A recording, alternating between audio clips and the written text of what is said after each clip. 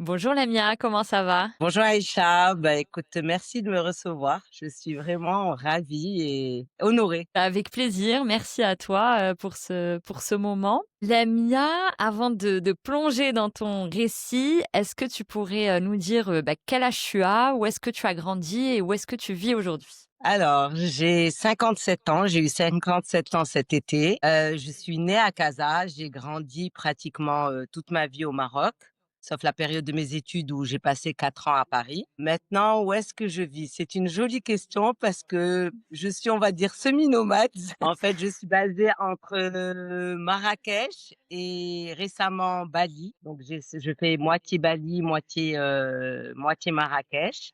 Que depuis cette année d'ailleurs, c'est une décision que je viens de prendre. Et bon, et je bouge quand même pas mal entre. Donc, c'est pour ça que je dis que je suis un peu semi-nomade, on va dire. Et j'aime ce nouveau mode de vie. Super, super, bah, tu nous raconteras tout ça. Lamia, est-ce que tu te souviens de l'enfant que tu étais? Alors, j'étais une enfant très gourmande déjà, parce que ça, c'est encore là aujourd'hui. Euh, alors, très bonne à l'école, très studieuse. Mais d'un autre côté, j'avais ce petit côté très, qui voulait toujours faire rire les autres et donc à l'école, en fait, j'avais les 2 facettes. J'étais tout en train de faire des bêtises, mais d'un autre côté, je travaillais bien. Donc en fait, les profs, ils m'excusaient grâce à ça et à la maison, j'étais plutôt alors, j'étais, gentille, toujours je suis née entre 2 garçons, donc j'étais plutôt la fille, bien entre les 2 garçons, même si j'étais quand même garçon manqué, parce que j'ai grandi qu'avec des garçons Mhm. et j'étais plutôt, une gentille fille, oui. Je pense pas que j'étais, turbulente ou j'étais assez cool. Et alors, est-ce que tu te souviens à l'époque de quel métier tu voulais faire plus grande? Alors c'est venu plus tard, pas enfant, mais à l'adolescence, j'adorais la mode. J'étais passionnée par le dessin et puis j'étais très manuelle. Je dessinais beaucoup depuis toute petite. Je faisais du canevas, je faisais beaucoup d'activités manuelles. D'ailleurs, à l'époque, il y avait une matière qui s'appelait l'EMT. C'était une matière manuelle et j'adorais en fait ce cours parce que je m'exprimais énormément par mes mains. Et en fait, voilà, je pense que c'était plus à l'adolescence où je me suis dit, ben, oui, j'aimerais faire de la mode. Et en fait, j'ai été faire de la mode. En fait, mes études, j'ai fait des études de stylisme modélisme. Donc, j'ai été designer au début de ma vie dans la mode. J'ai fait la chambre syndicale de la couture parisienne à Paris. Et ensuite, j'ai fait un master en fait, en gestion de mode parce que bon, je sais qu'en général, ça suffit pas d'être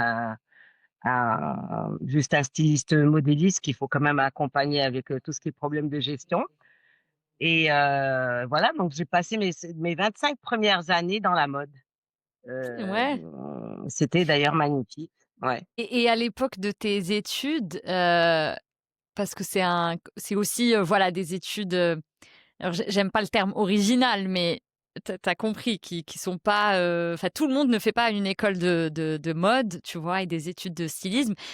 Comment est-ce que toi, tu vivais, on va dire, cette différence? En fait, au niveau de ma famille, au début, alors mon père, il a été vraiment génial. Mes parents, en fait, ont été super parce que ils ont tout de suite accepté le principe que je pouvais faire quelque chose qui n'était pas forcément un métier.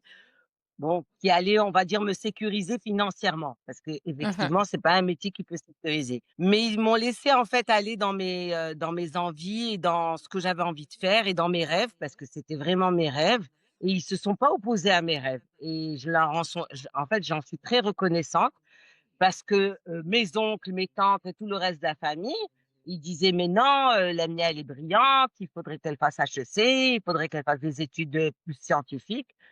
Bon, c'est vrai que j'étais bonne à l'école, mais je détestais la chimie. Autant j'adorais les maths, autant je détestais la chimie et j'ai pas voulu. J'adorais la philo et les maths et j'ai fait un bac d'ailleurs philo-maths et voilà et je suis super contente que mes parents m'aient laissé, en fait, continuer dans ce côté artistique que j'avais et c'était pas évident à l'époque parce qu'à l'époque, les parents, ils étaient plus, de faire ou le même métier que ses parents Bon voilà et là, on m'a laissé Mmh. vraiment mes parents m'ont vraiment laissé le choix de mes envies et j'ai trouvé ça magnifique et Mmh. d'ailleurs, je me suis éclatée dans dans mes études, c'était juste magique d'évoluer dans un milieu, bah, que j'avais envie parce que c'était même pas pour moi des études, j'adorais ça, et quand on aime, et ben, forcément, on est bien dans ce qu'on aime donc j'ai toujours fait, en fait, les choses par passe-temps, depuis toujours. Quand je faisais quelque chose, c'était parce que je l'avais décidé et comme je l'avais décidé, ben, en général, j'y mettais tout mon cœur et quand on y met son cœur, ben, forcément, en général, ça se passe plutôt bien. Ça marche plutôt bien, ouais, donc tu étais dans ton univers. Ensuite, donc tu es rentrée au Maroc et tu t'es lancée dans l'entrepreneuriat. Qu'est-ce qui t'a poussée déjà dans l'entrepreneuriat et si tu peux nous raconter, ce que tu faisais? En fait, la première année, quand je suis rentrée après mes études, bon, je suis rentrée, je me suis mariée assez jeune et au départ, je voulais être vraiment designer. Donc j'ai dit: «Je vais créer ma propre marque de vêtements» et je voulais faire ça dans l'enfant, pas dans la femme. Donc c'est ce que j'ai fait la première année. J'ai vraiment designé toute une collection que j'ai voilà, que j'ai fabriquée, que j'ai design, que j'ai et ensuite, je l'ai commercialisé et en fait, au bout d'un an, je me suis rendu compte que c'était énormément de travail de représenter toutes ces facettes-là. Je suis super contente, en fait, à cette époque d'avoir eu, la clairvoyance de comprendre que c'était énormément de choses à faire toute seule et Mmh. donc je me suis dit: «Non, finalement, c'est pas ce que je veux faire. Je veux rester, en fait, dans le côté, vêtements et mode» et là, j'ai dit à mes parents: «En fait, je crois que je vais plutôt faire, je vais ouvrir une boutique de multimarques et je vais créer un concept de multimarque» et c'est ce que j'ai fait pendant 10 ans dans l'enfant. En fait, je suis allée à l'étranger, j'ai commencé à faire des salons et j'ai créé en fait, un multimarque haut de gamme au niveau de l'enfant. Après, je suis restée 10 ans dans l'enfant et j'en ai eu un peu marre parce que c'était haut de gamme et que c'était trop lié à ma personne et que je voulais avoir plus d'autonomie par rapport à mon travail et Mmh. ensuite j'ai switché, sur la femme, voilà. J'ai switché sur la femme en termes de marché, j'étais dans un marché plus moyenne gamme, mais qui était moins lié à ma personne quand j'étais dans les boutiques.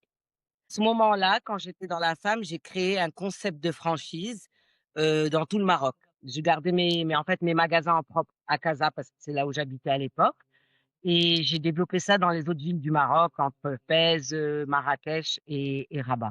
Et alors a posteriori, est-ce que tu dirais que, bah, ce chapitre professionnel t'a épanoui? Alors à l'époque, oui, j'étais complètement épanouie, heu, mais je savais que ça allait pas être ça toute ma vie parce que, en fait, quand j'ai lancé au niveau de la femme, je me rappelle très bien avoir dit à mon ex-mari: «Je sais que ça va durer, 10 ans».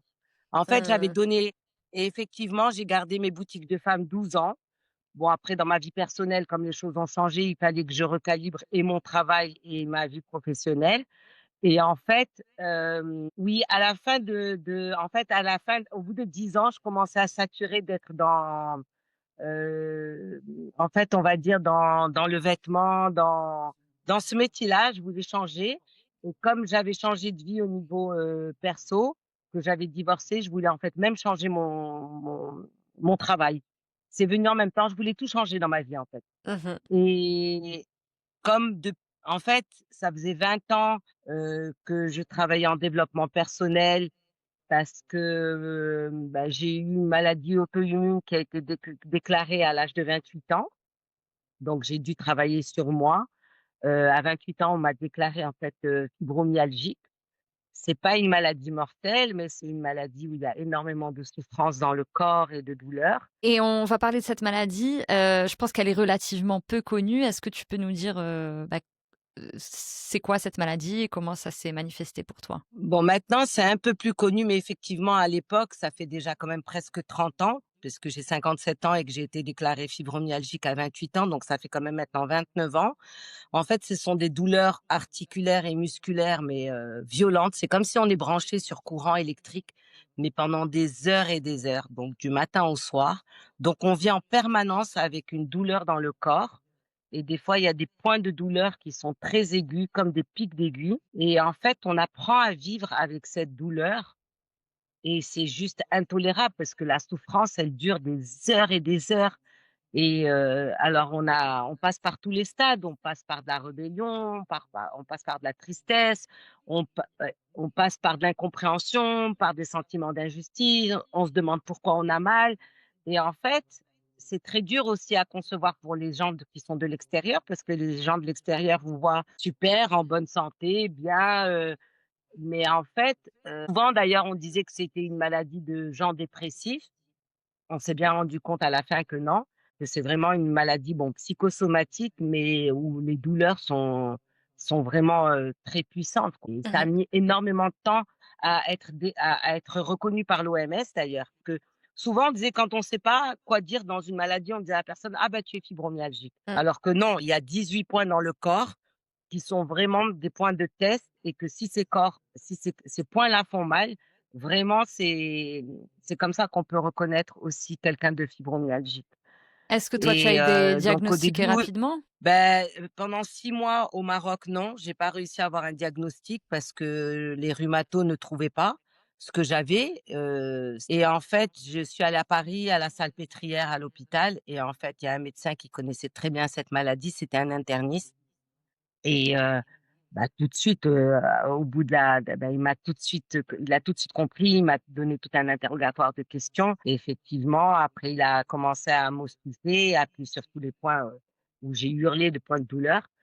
Donc j'ai été suivie par lui pendant une bonne dizaine d'années, mais en fait, j'ai été suivie chimiquement, c'est-à-dire qu'il m'a donné des médicaments très forts et pendant 10 ans, bah, j'ai pris ces médicaments-là et je me suis rendu compte très vite que c'était pas du tout la bonne solution parce que, bah, je commençais à perdre ma mémoire et en fait, à 38 ans, je me suis rendu compte que alors que j'avais une mémoire exceptionnelle, que je pouvais vraiment, je me rappelle, j'avais vraiment une excellente mémoire, que je commençais vraiment à perdre ma mémoire et là, j'ai dit: «Non, déjà à 38 ans, tu perds ta mémoire, c'est pas possible, tu peux pas, il faut trouver un autre moyen de te soigner».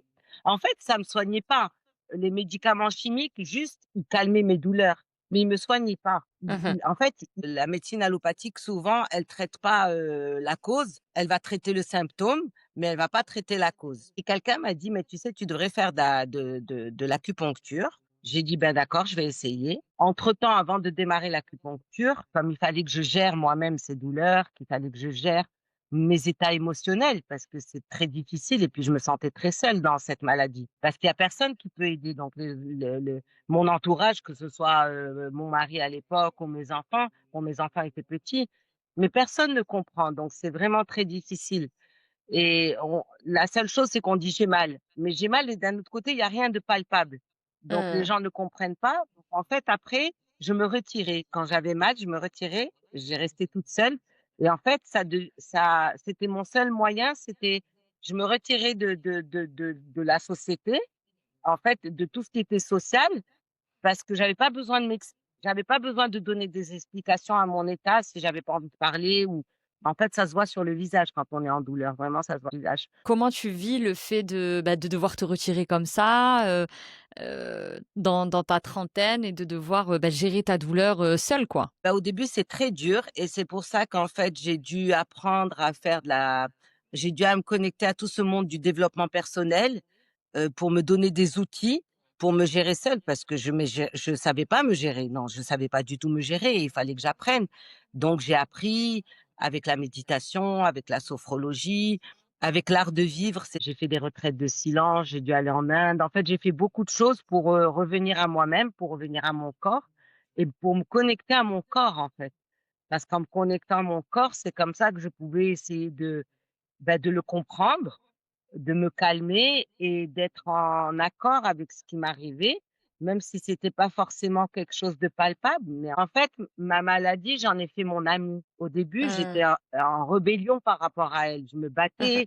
À chaque fois qu'elle arrivait ou que j'avais des symptômes, je me mettais à pleurer ou j'étais en colère et en fait, mon corps se tendait encore plus et c'était vraiment pas ce qu'il fallait faire. Bah, par la pratique, toutes les pratiques que j'ai appris, bah, je commençais à méditer, à me calmer, à rentrer dans mes respirations et puis j'en ai fait mon ami. C'est-à-dire que quand j'avais des douleurs, je dis: «OK», je parlais à mon corps. Je dis: «Bah, OK, tu as mal. Maintenant tu as mal, je sais, je comprends, je suis avec toi. On va passer ce moment de douleur, ça va aller». Je me rassurais moi-même, je rassurais aussi ma petite fille intérieure et en fait, c'était moins douloureux d'être dans cet état de conscience, de connexion à mon corps, plutôt que d'être en rébellion parce que là, ça marche pas et j'ai mis beaucoup d'années à arriver à ça, bien sûr, mais j'ai appris et c'est devenu mon amie, en fait, parce qu'elle m'a appris à me connecter toujours à mon corps et à avancer toujours par rapport à ça. Et aujourd'hui, mon corps, c'est vraiment sur quoi je fais confiance aujourd'hui. C'est-à-dire qu'il me parle tous les jours et je l'écoute parce que je sais que je peux pas passer outre, quoi. C'est vraiment magique. Vraiment ça, c'est exceptionnel et je remercie de pouvoir avoir aujourd'hui cet outil-là. Mmh. Et en fait, j'ai commencé à faire cette acupuncture et je me suis connectée donc à j'ai décidé donc à 38 ans d'arrêter les médicaments parce que c'était plus possible et j'ai rencontré, c'est la grande rencontre de ma vie, c'est mon acupuncteur qui s'appelle Rabais et qui est toujours à Marrakech Mmh. et qui est encore aujourd'hui après, ça fait 14 ans qu'il me suit. Dès que je rentre dans son cabinet, il me regarde, il sait très bien comment je vais. Je vais le voir d'ailleurs quand je vais bien. C'est-à-dire que Ouais, j'ai même ouais, pas ouais. besoin de lui parler, il sait très bien dans quel état je suis. Que ce soit émotionnel ou physique, il sait et ça, c'est juste exceptionnel, quoi. C'est vraiment exceptionnel et Donc en faisant 3 séances par semaine, mmh. ouais, il a réussi à m'arrêter tous les médicaments chimiques. Waouh. Ouais. Et donc tu gérais la douleur, bah, grâce à l'acupuncture et à la relation avec ton corps et avec tes pratiques? Voilà, complètement. C'est qu'après j'ai arrêté donc bon les médicaments chimiques, j'ai dû les arrêter graduellement parce que c'était des médicaments en fait où il y avait vraiment une addiction. En fait, le corps il devenait addictif à c'est des médicaments très forts. Donc déjà, j'ai dû me désintoxiquer de ces médicaments et ensuite avec l'acupuncture effectivement, la sophrologie, je suis suivie aussi avec par une naturopathe, donc par des compléments alimentaires. Mais en fait, tout ce qui est naturel. Donc c'est très dur pour moi quand des fois et ça m'arrive encore de tomber malade, bien sûr.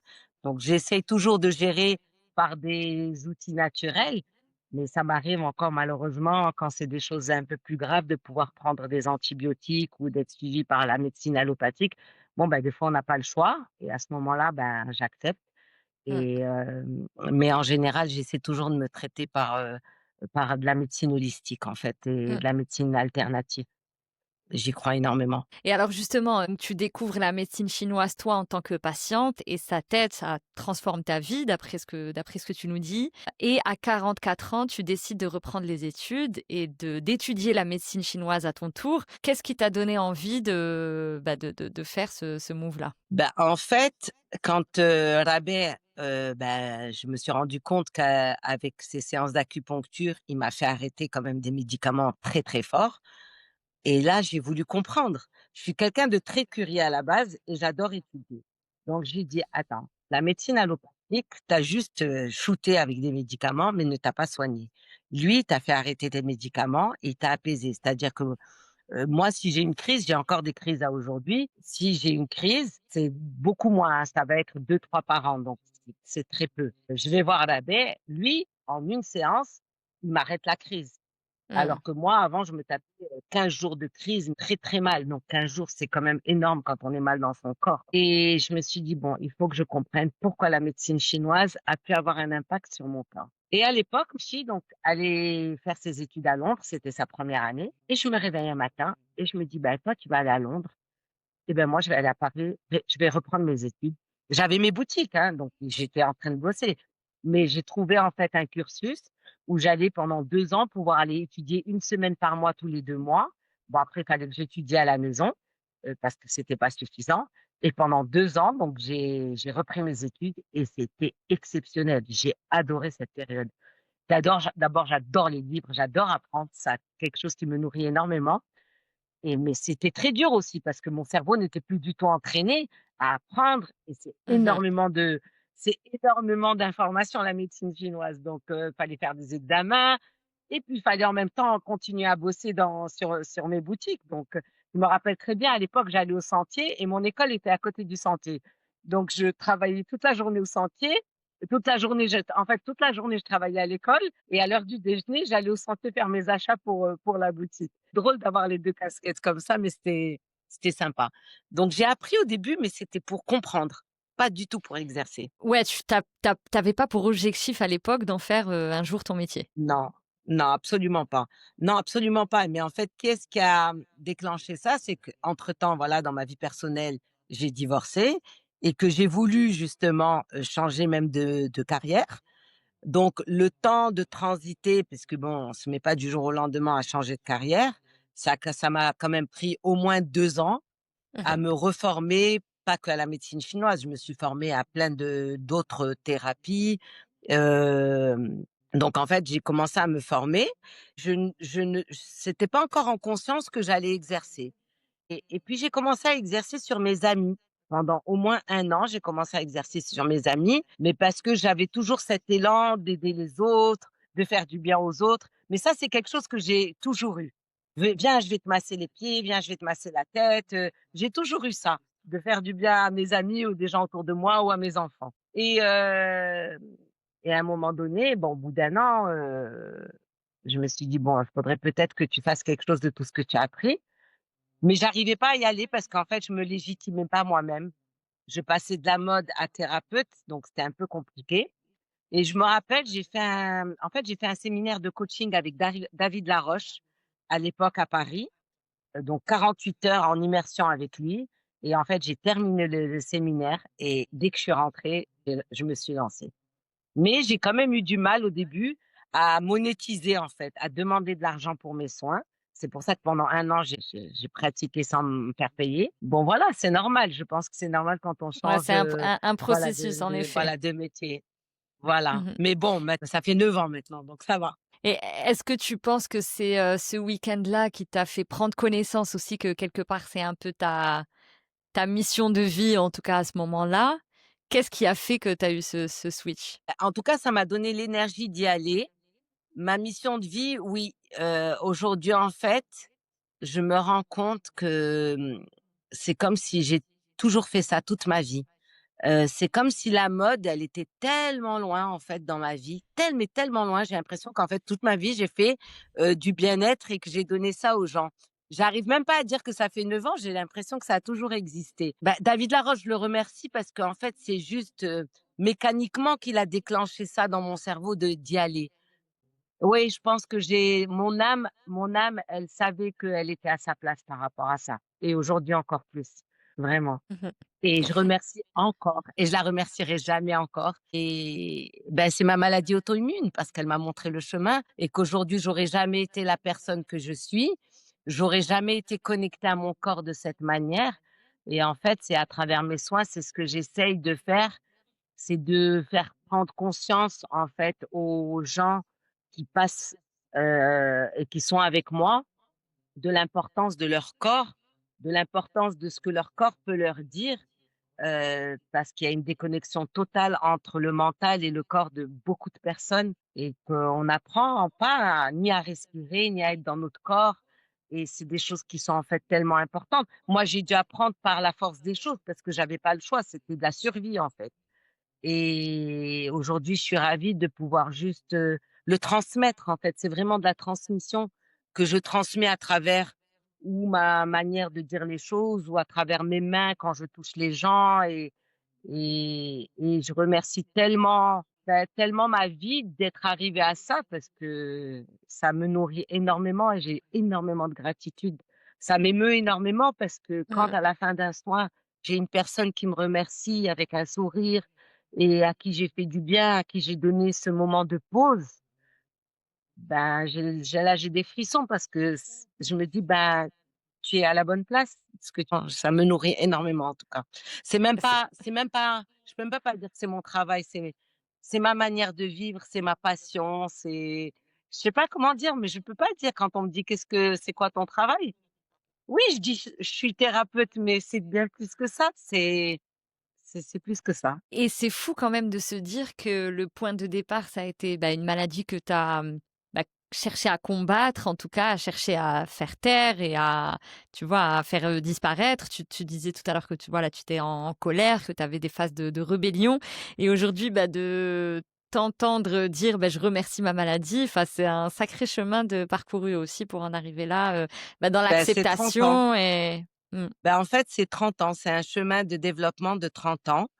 et en fait, oui, tu dis combattre, mais en fait, aujourd'hui, les mots, ils ont beaucoup d'importance et j'ai combattu au début, mais après non, parce que je savais que c'était pas la bonne chose. J'ai accompagné. Et au début, je pensais aussi de vouloir irradier, mais je sais que non. La fibromyalgie, on vit avec toute sa vie. Elle peut diminuer, diminuer, mais même sur un an, je peux avoir peut-être pendant 10 mois rien et peut-être une petite chose ou un stress qui va me déclencher ça, même si c'est pas une grosse crise. Mais en fait, c'est accepter de vivre avec quelque chose, avec, une maladie que tu as en toi ou quelque chose que tu as dans ton corps qui va t'accompagner toute ta vie. C'est de ne plus diaboliser, en fait, la chose, Mmh. mais d'en faire un compagnon, en Mmh. fait, et en fait, ça change tout. C'est juste mettre ces lunettes-là, en fait, mettre une autre paire de lunettes pour comprendre qu'aujourd'hui et il y a beaucoup moi, j'ai des amis aussi qui ont des maladies, auto-immunes ou des maladies comme ça, de maladies chroniques, de douleurs chroniques, mais c'est plus ce chemin-là qu'il faut faire. Il y a pas il faut en fait, que c'est bien d'accepter de faire, parce que j'aime pas dire «il faut», mais c'est ce chemin d'accepter qu'aujourd'hui, c'est plus un compagnon de route qu'on doit, respecter et comprendre. Mmh. Et je pense quand on arrive à cette compréhension, ben, d'acceptation et on est dans la résilience, ben, ça ouvre beaucoup plus de portes, en fait. Mmh. Au On niveau vo de bah, au ni ouais et au niveau de du champ de conscience parce que, même de s'autoriser à ce qu'on peut faire, ce qu'on peut pas faire et d'être en respect de son corps. Souvent d'ailleurs, il y a plein de gens qui changent de métier et de carrière après un burn-out. Moi, c'était c'était mon burn-out, mais un burn-out qui a duré sur je sais pas combien d'années. Mais Mmh. en fait, il y a toujours un déclic quand on change de vie. Mmh. Et souvent les gens ou après un cancer ou après la prise de conscience de quelque chose d'important dans leur vie, ils changent complètement parce qu'en fait, ils mettent une autre paire de lunettes et ils voient la vie différemment. Mmh. C'est exactement ça. Aujourd'hui, c'est quoi toi ta pratique ou tes pratiques qui te permettent de rester justement connecté à ton corps et à ta conscience? Alors je médite tous les jours, à tous les matins, c'est la première chose que je fais. J'essaie le matin en fait pas j'essaie, le matin, je prends pas tout de suite mon téléphone, je me connecte d'abord à mon corps. Le matin, je me réveille en douceur, je touche mon corps pour voir. Parce qu'aujourd'hui, je fais énormément d'arthrose. J'ai mes mains, en plus, j'ai besoin de mes mains, c'est mon outil de travail, mais je fais beaucoup d'arthrose parce que je les utilise beaucoup. Donc, je prends conscience de mon corps, comment il se réveille le matin, je m'étire doucement. Voilà, je prends vraiment le temps. En fait, je démarre jamais mes soins avant 11 heures le matin, même si je me réveille à 7 heures du matin ou 6h30, mais en fait, le matin, c'est vraiment un temps pour moi, un temps Mmh. de reconnexion à moi. Voilà, ça peut être aller au sport ou faire un cours de yoga, faire une méditation, faire un breathwork, de la respiration. C'est prendre un temps pour moi, peut-être écrire sur mon journal. C'est vraiment un temps pour moi. C'est très important pour toujours revenir à mon corps, à ma personne, savoir comment ce matin-là je me sens. On est tous différents tous les matins. Bien sûr, il y a des matins où je me sens très mal. Ben, je vais essayer d'adapter. Heu, je vais dans mon quotidien pour essayer toujours d'être en forme. Les pratiques qui vont être toujours, c'est voir ma naturopathe, donc j'ai un suivi elle me fait un shiatsu régulièrement, elle me suit avec mes compléments alimentaires, c'est voir mon acupuncteur, c'est me faire masser et en fait, si tu vois toutes ces choses-là, c'est un rapport au corps. Je Ouais. reviens toujours à mon Mmh. corps. En Mmh. fait, j'ai besoin de prendre soin de mon corps pour que de le sentir en forme. Mmh. Et si je suis pas bien, je peux pas donner aux autres. Ça, c'est j'ai compris, en fait, que j'ai toujours besoin de me nourrir moi, au niveau de mon corps pour pouvoir transmettre et donner de la meilleure énergie de moi-même aux autres.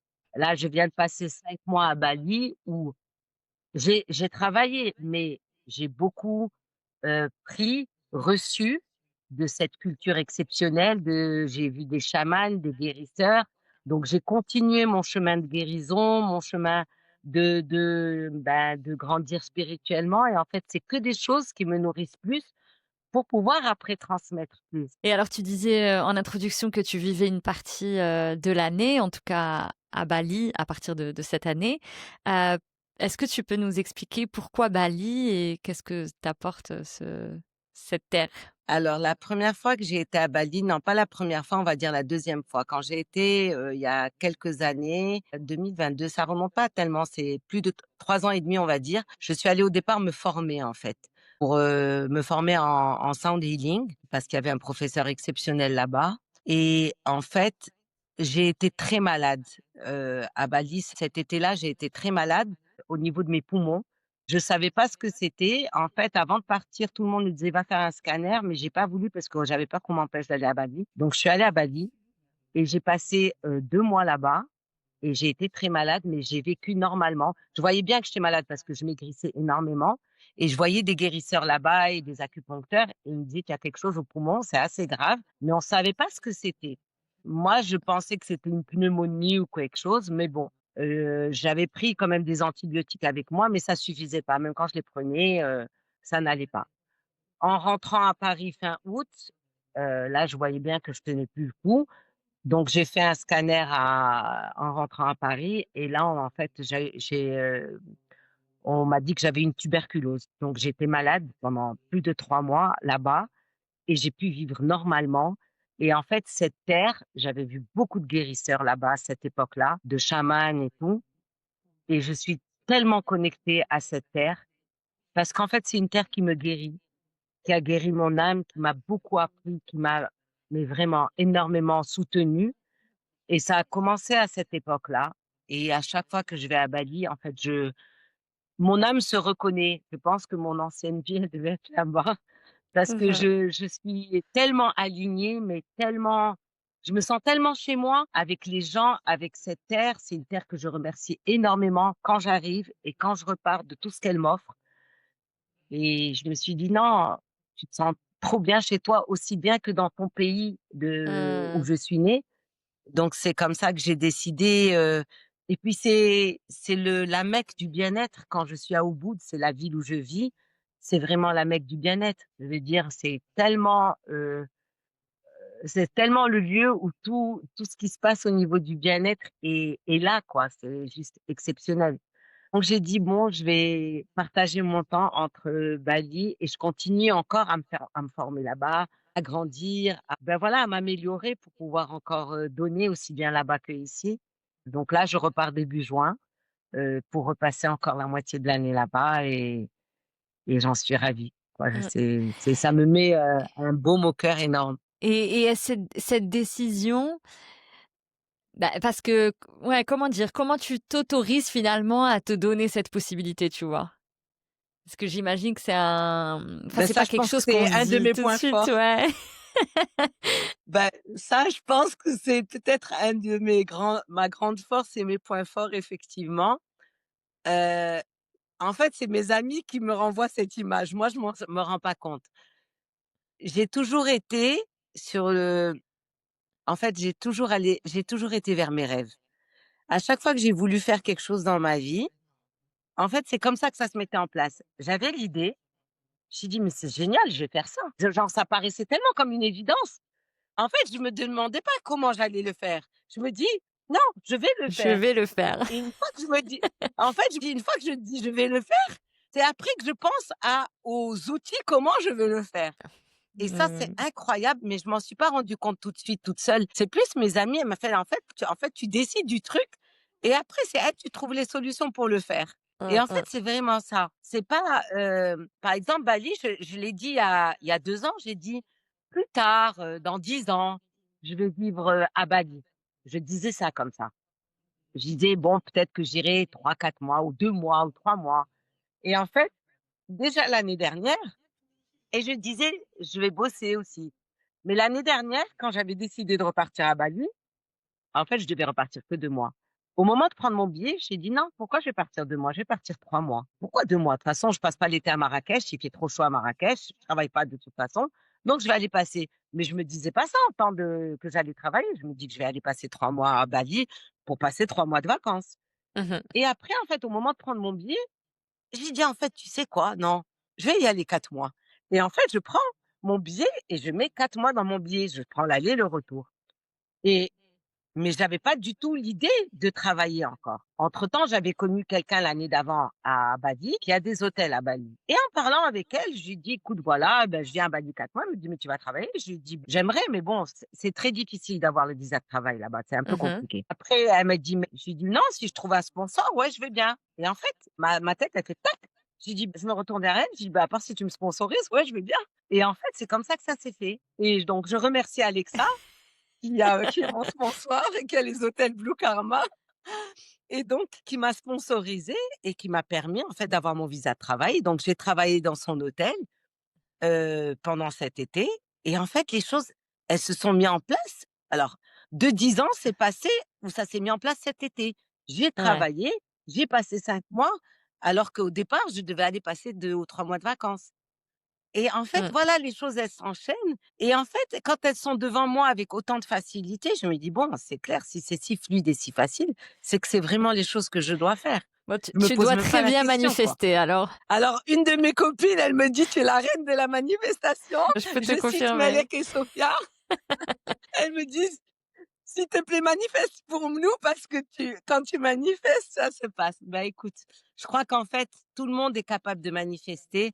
En fait, quand on vibre les choses tellement fort au niveau de son cœur et je pense que je les vibre, mais vraiment vibrer, je les ressens dans mon cœur. J'ai tout mon corps qui en fait, j'ai la chair de poule, je vibre de tout mon cœur quand je pense à Bali et je pense que c'est pour ça que les portes s'ouvrent. Donc Les tout le étoiles monde se sont peut le alignées faire. pour toi. Ouais, ouais. Et merci Et les étoiles, merci mes anges. aujourd'hui, du coup, tu aides les gens à se reconnecter à leur corps, j'ai envie de dire à leur cœur aussi. Si tu devais décrire, bah, tes soins ou un de tes soins à quelqu'un qui n'en a jamais fait, comment tu les décrirais? Ah ça, c'est le plus dur parce que j'en ai beaucoup de soins. En fait, je pense que j'ai créé des soins signatures vraiment différents et uniques dans le sens où j'ai voulu, vraiment faire des soins holistiques, c'est-à-dire connecter, bah, le corps, les 3 corps, le physique, le cœur et le mental. C'est ce qu'on appelle en fait un soin holistique.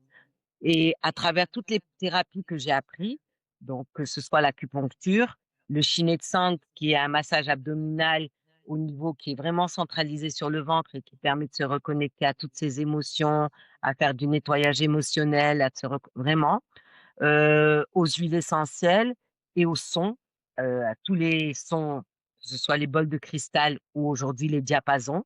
Ce sont, aussi des instruments, en fait, plus de vibrations, qu'on entend plus au niveau de vibrations qui permettent de la régénération cellulaire et au niveau des os. En fait, j'ai mélangé tout ce que j'ai appris, vraiment et en mélangeant toutes ces thérapies, j'ai fait des soins assez, en fait, assez, différents et uniques qui permettent de s'adapter en fait, je peux m'adapter à chaque personne et c'est pour ça que je les appelle les soins signature. Parce qu'en fonction de la problématique de chaque personne, je peux essayer d'aiguiller un peu plus par-ci ou un peu plus par-là. Et et c'est magnifique parce que comme je continue à me former, à chaque fois que je me forme, là, par exemple, la dernière formation, ça a été les diapasons et ben, je les ai aussi introduits dans mes soins. Mmh. Donc même mes soins sont évolutifs comme moi. C'est Donc quelque tout chose de continue à vivant. évoluer de la même manière. Ouais, c'est vivant, Mmh. c'est vraiment vivant et c'est génial parce que c'est pour ça que je m'ennuie jamais. Je peux pas m'ennuyer, c'est toujours différent. C'est comme un sound healing que je donne, un sound healing de groupe. Je dis toujours aux personnes: «Vous allez jamais le recevoir de la même manière parce qu'à chaque fois que vous allez venir, même si vous allez venir faire toutes les semaines un sound healing, quand vous venez, vous êtes déjà pas dans le même état émotionnel, vous êtes Mmh. différents et moi-même je suis différente. Donc je vais jamais vous donner de la même manière la même chose et vous allez pas recevoir la même chose et forcément l'expérience sera différente Mmh. et c'est ça qui est génial. En fait, c'est jamais la même chose. C'est toujours une nouvelle expérience. C'est plus Mmh. une expérience et un voyage sensoriel que j'offre à travers mes soins. C'est vraiment un voyage sensoriel parce qu'il y a les odeurs, il y a le toucher, il y a le chaud, le froid. J'utilise beaucoup de chaud-froid, donc aussi bien ça va être avec les huiles, ça va être avec une bouillotte chaude, ça va être avec il y a l'ouïe, il y a le son. Donc c'est vraiment un voyage sensoriel. C'est ce que les gens me disent, ils me disent: «Mais tu nous as fait voyager». Donc ça fait Mmh. toujours plaisir à entendre. C'est chouette, ça donne envie en tout cas. Lamia, quand tu revois du coup ton parcours, qu'est-ce que tu vois? Si tu dois te voilà, faire une rétrospective. Je vois allez, je vois, une petite fille déjà pleine de vie, qui adorait la vie.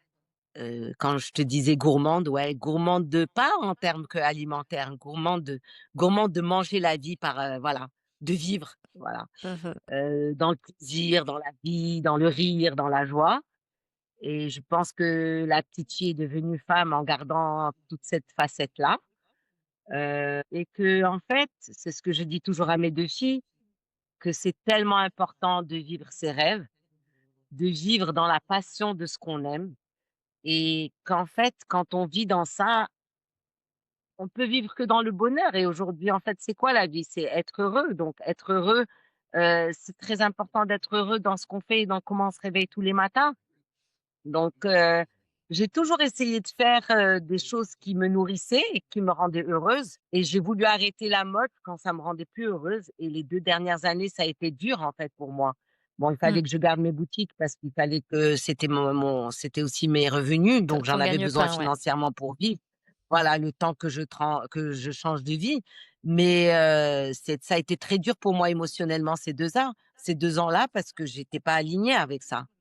Et en fait, aujourd'hui, je me sens tellement alignée et ouais, si quelqu'un, en fait, doit se poser la question le matin: «Est-ce que tu es heureux de comment tu vis? Est-ce que tu es aligné? Est-ce que tu mets ton cœur en joie?» Moi, je sais qu'aujourd'hui, mon âme, elle est heureuse, elle me dit: «Merci». C'est pas mon cœur. Mon cœur, c'est une chose et mon âme, c'est une chose. Et en fait, je sais que mon cœur nourrit mon âme aujourd'hui. Et si je peux, en fait, dire quelque chose aux gens, bah, qui vont nous écouter, c'est voilà, êtes-vous en connexion avec votre âme? Et ça, c'est le plus important. Et je sais aujourd'hui, moi, je dis toujours ça à mes filles. Et comment tu dirais que les gens peuvent, reconnaître justement ce qui met leur, âme en joie, comme tu dis? Eh ben, d'abord, s'ils se connectent à leur corps. C'est le premier signe parce que le corps, il est physique, il va donner des signaux. Par exemple, s'ils pensent à quelque chose qui va les faire plaisir, qui vont leur faire plaisir. Si tu penses, genre, j'ai envie d'aller, aller à Bali, heu, qu'est-ce que ça te fait dans ton corps? Est-ce que tu as des frissons? Est-ce que tu sens que ton cœur va battre? Donc déjà, ça, c'est un signal. Et ensuite, si tu vas plus loin, eh ben, tu vas reconnaître, tu vas savoir, est-ce que cette voix-là, c'est la voix qui te met en joie? Est-ce que c'est la voix qui te rend heureuse? Est-ce que ça te met des papillons dans le ventre? Est-ce que les yeux fermés, tu sens qu'il y a un sourire qui se met sur ton visage? Mmh Et mh. ben, toutes ces choses-là, tu vas savoir que ton âme, en fait, elle qui est à l'intérieur, elle est heureuse. Mmh. Et ça, on le sent, ça, on triche pas avec. C'est Mmh, pas mmh, possible. mmh, C'est pour mmh. ça que j'aime travailler avec le corps, parce que le corps, il ment jamais. Tu vois, tu peux te raconter une histoire dans ta tête, parce que le mental, lui, avec l'ego qui est toujours en train de la petite voix qui est en train de nous dire: «Ah, fais pas ci, fais pas ça». Oui, elle peut nous mettre dans la mauvaise voie, mais le Mmh. corps, non, jamais, Ouais, jamais. même en coaching, quand je vois mes clientes me dire quelque chose, mais leur corps, elles se font plus petites, leur respiration est plus lente, elles ont un peu les yeux qui arrêtent de briller. Bon, bah, c'est que le corps, n'est pas d'accord et l'âme n'est pas d'accord, en effet. Complètement. Et c'est génial de se connecter à ça, vraiment. En fait, c'est un cadeau que tout le monde peut s'offrir. Parce on l'a avec nous. C'est comme je dis, les gens n'arrivent pas, ils ne savent pas respirer et quand je commence à respirer avec eux, j'ai dit: «Mais ça, c'est un outil». C'est vrai on aurait dû nous apprendre ça à l'école au lieu de des fois nous apprendre la géographie et de l'histoire qu'on oublie toujours. Mais apprendre à respirer, c'est tellement important. Cet outil, on l'a avec nous tout le temps. Dès qu'on Mmh, a un coup de stress, dès qu'on n'est pas bien, waouh, c'est tellement magique. C'est un outil qu'on a tout le temps sur nous et qu'on peut mmh. utiliser, en fait, tout le temps, quoi. Un grand merci, Lamia pour, bah, toute ta sagesse et toutes ces jolies choses que tu nous as partagées. On a passé un très, très bon moment. Merci à toi, Aïcha, et ben, merci de m'avoir permis, ben, d'exprimer mon âme, en fait. Pas moi, mais mon âme. Je te remercie du fond du cœur Merci à parce toi pour, que ça me met en joie de pouvoir, voilà, dire qui est Lamia à l'intérieur d'elle-même. Et c'est exactement pourquoi, Merci. ce podcast est là. Un grand merci Lamia et à très bientôt. Merci beaucoup. Merci beaucoup. Merci Aïcha, à très vite.